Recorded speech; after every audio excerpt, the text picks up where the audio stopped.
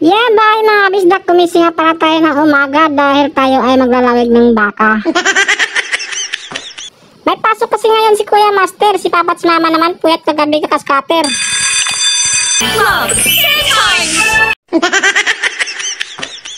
Okay lang yan mga kabisdak, basta lagi lang nila akong bibilhan ng gatas dahil pag hindi mga kabisdak, talagang i-uninstall ko na kanilang Gcash.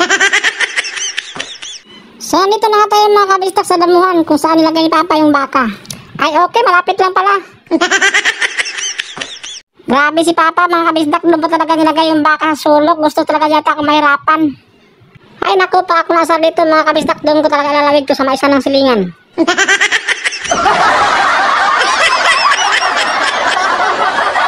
Pero teka mga kabisdak, bakit kaya asama ang tingin ng baka sa akin? Naku, delikado to mga kabisdak, may balak yata ako nito sungayin. Relax ka lang dyan ba ha? Sinabing mag-relax ka. Sige, subukan mo kung gusto mo maging barbakwa. Mabuti na lang mga kabisdak at naintindihan tayo dahil kung hindi mga kabisdak sigurado ako mag-viral itong video. Pero mga kabisdak, bakit parang ang titig ng baka sa atin para bang hindi siya makapaniwala? Ako nga maglalawig sa'yo ba? Bakit ba kasi parang wala kang tiwala?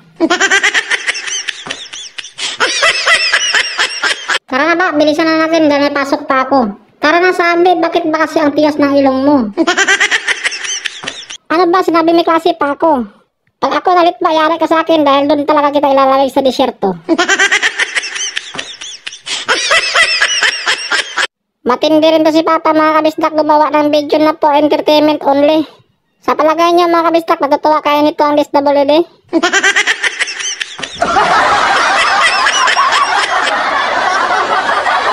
Kaya mga kabisdak, please lang huwag nang isi-share tong video.